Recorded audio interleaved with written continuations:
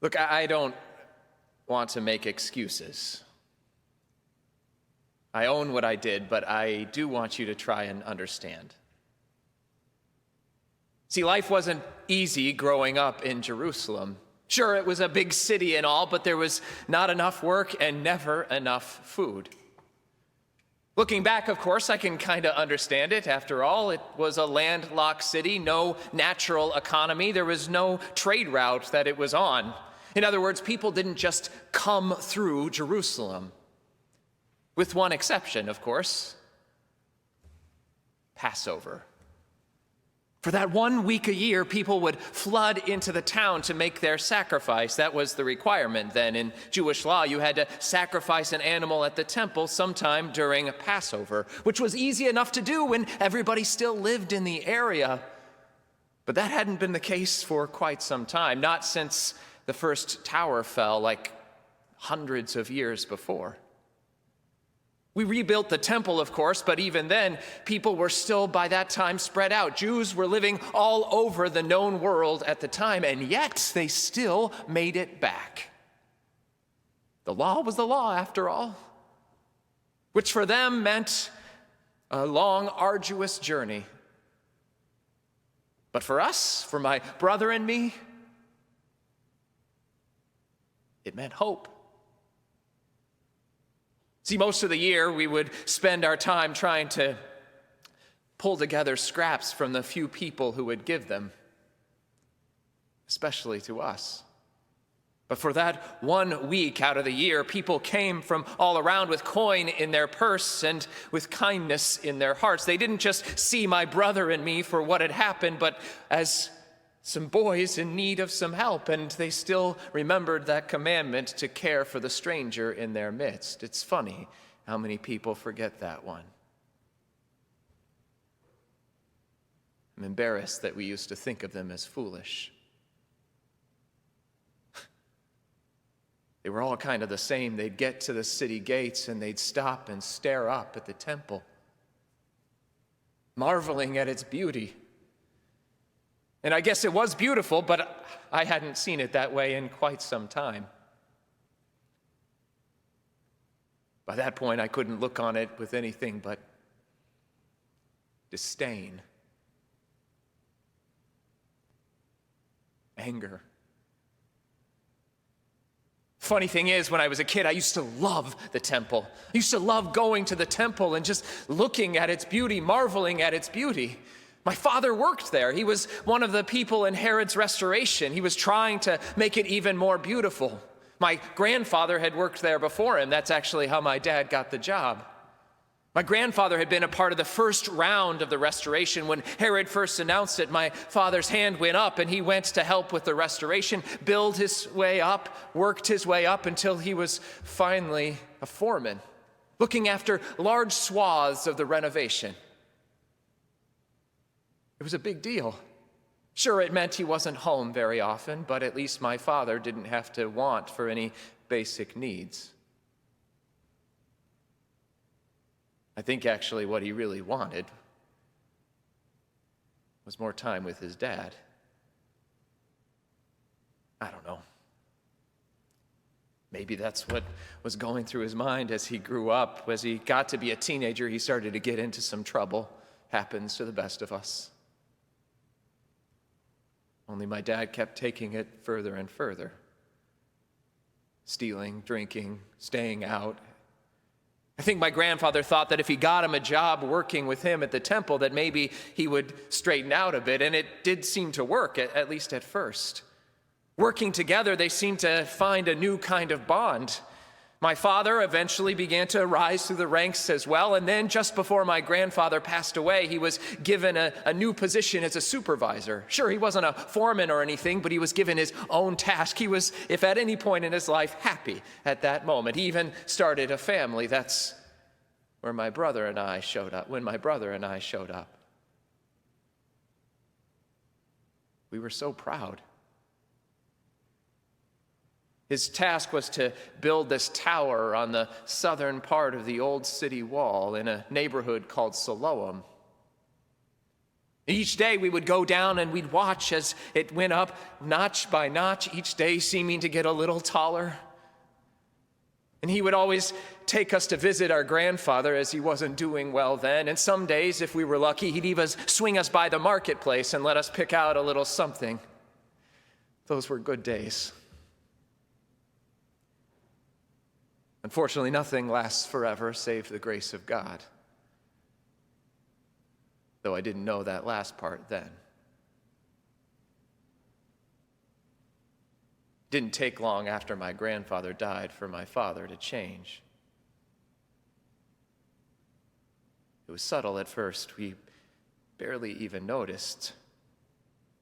He asked us to stop showing up at the worksite. He wouldn't take us with him anymore, and so we'd wait for him to get home, only it always seemed later and later that he would get home, and then when he did, he would start to smell of wine and not quite be himself. My mother confronted him, of course, but that just meant that he stopped showing up altogether. And when he did bother to come by the house, well, let's just say I don't blame my mom for leaving. No one deserves that kind of abuse. I just wish she had taken us with her. Or said goodbye. Looking back on it, we should have asked for help then. It was just my brother and I. We didn't know what we were going to do. We could have probably talked to the rabbi or something. I know he would have listened at least then. But we were so young and so confused. When my dad would show up, he would basically just grab something to take it off to sell it or pawn it, and we were still left scrounging. In fact, that was what we were doing, out scrounging, scraping together food on the day when the tower fell. We heard some screams and saw people running, and so naturally we joined along with them, wanting to see what all the commotion was about. And only when we got there, I wish we had never seen it.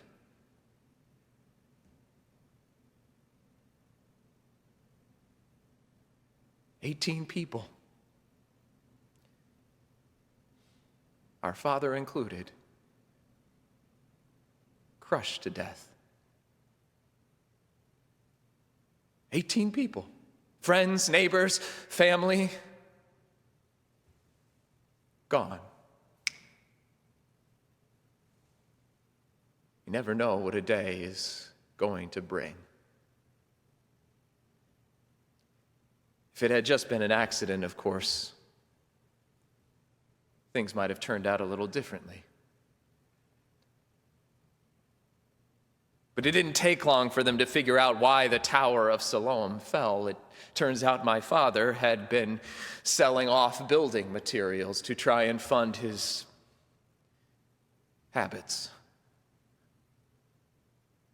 and forcing the workers to build without the proper structural supports. It was really only a matter of time before the tower came crashing down, bringing our lives with it. People were so angry in those days, so hurt. They were looking for someone to blame. And because my father was dead and my mother was gone, they turned to us. It doesn't make any sense, but anger rarely does it? We don't always make the best decisions when we're angry, trust me. It didn't help that I looked like my father. People would barely look our way. They would spit towards us. They would look at us with such disdain. All we needed was help, but instead we got scorn. It's funny, how it doesn't take long before you start living into people's perceptions of you. They looked at us and saw monsters, and so eventually we obliged. Maybe somebody else could have held off longer, I don't know. My brother and I tried. For the first few years, we just begged for food. We went through the dumps trying to scrape together whatever we could, whatever it was that could fill our belly. But it was never enough. We were so desperate. Finally, one day we decided to go up to the same merchant who we would stop by on the way home, and the same merchant in the marketplace, to see if he would just give us something, maybe some work, do something, but he wouldn't even look our way. And what's worse is when he couldn't see something, he accused us of stealing, as if we would steal. We had every opportunity to, but had not. Finally, we just figured if that's who they think we are, we might as well. So that night we took the coins from his till.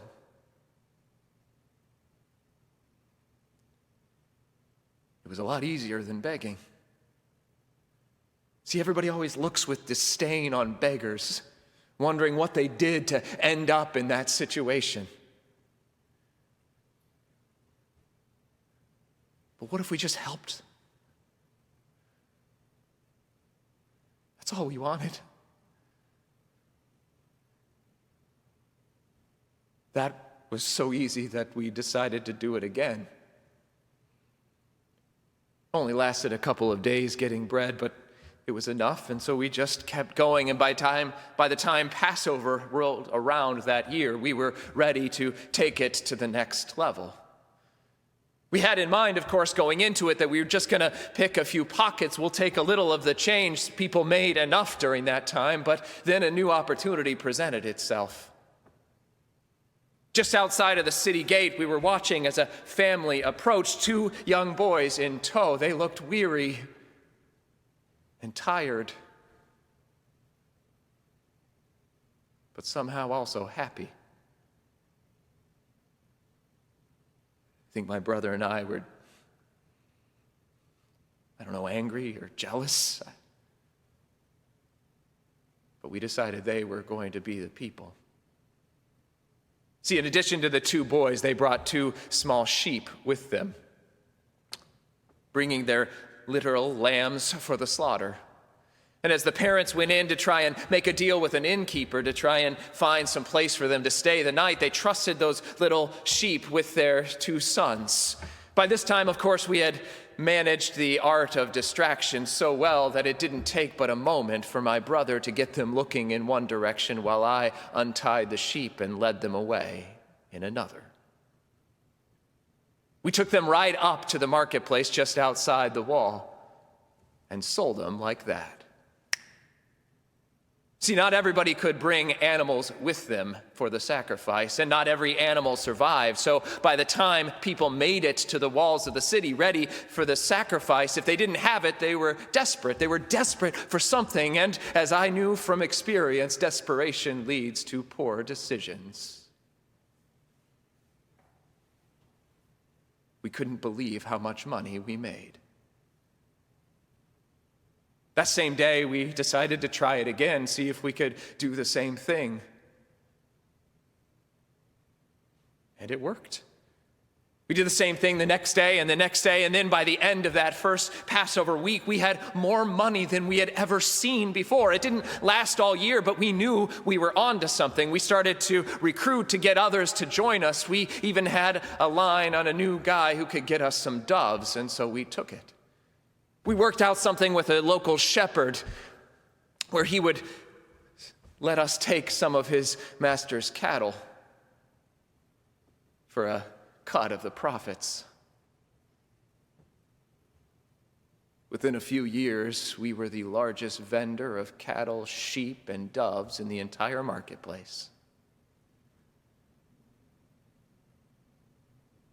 Sure, there were moments when I felt a little pang of guilt when I saw a family empty their last coin just to be able to have something to remain faithful.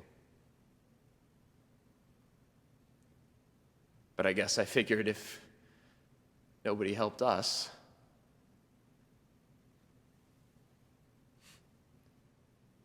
sometimes I wonder how long it would have gone on had he not shown up that day. How many more people would we have hurt if he had entered the city another way? Always surprises me how many people know that story. sometimes they miss the point. Didn't feel like any different of a day, at least not at first. I was there arguing with a family who just happened to recognize the sheep that I was selling them. I was trying to just give them a steep discount and let them be off when I heard the commotion and looked up. Have you ever had that moment when the world seems to stop? When everything just kind of stands still? I wasn't a particularly religious guy, especially then. I figured God hadn't been there for me. Why should I be there for God? Plus, I had plenty to do on those high holy days, if you know what I mean. But in that moment, I could tell something was different about this guy. The irony, of course, is that my conversion came not when he was caring for the poor or healing the sick. It came when he was red in the face, angry, tears rolling down his face. I don't know, maybe it just felt more real. I recognized something of that in my own life. I recognized myself in him. He didn't have a halo or anything. I always laugh at those pictures, and just to be clear, he wasn't blonde-haired and blue-eyed. In fact, there was almost nothing remarkable about him, except the way he made you feel.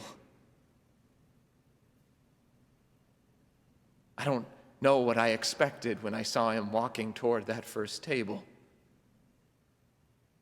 But it wasn't that he would flip it over.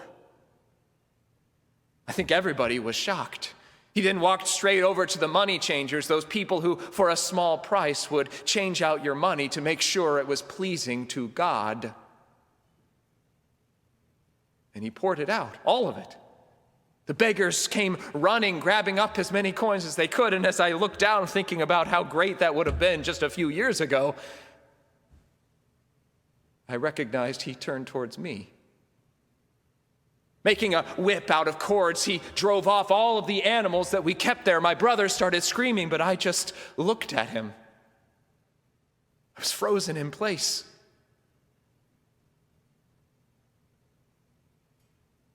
Those eyes.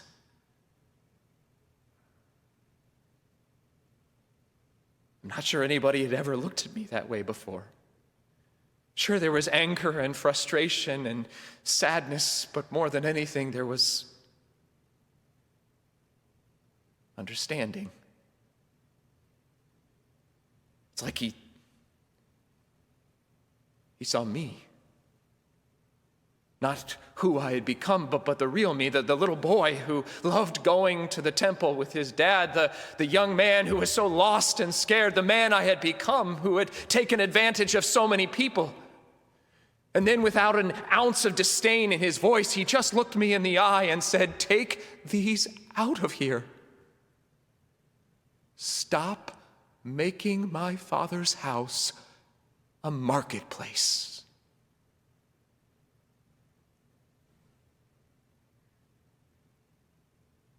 And so I did. I stopped. I stopped selling. I stopped stealing. I stopped taking advantage of others because I was angry. To be clear, I was still angry. But now I saw another way I could use that anger. I was still angry, but in that moment I recognized that I had a choice, that no matter how many people I tore down, I could not build that tower again.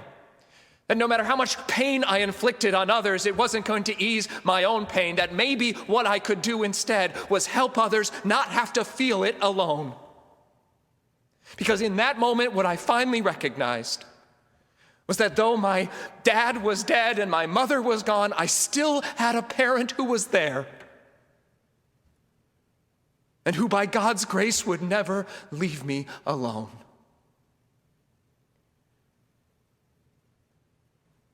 The good news, friends, is that you do too.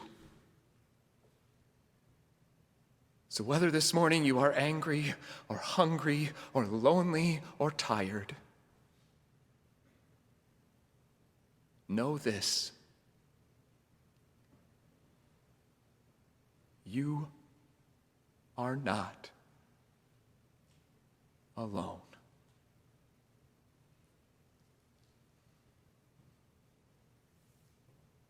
Amen.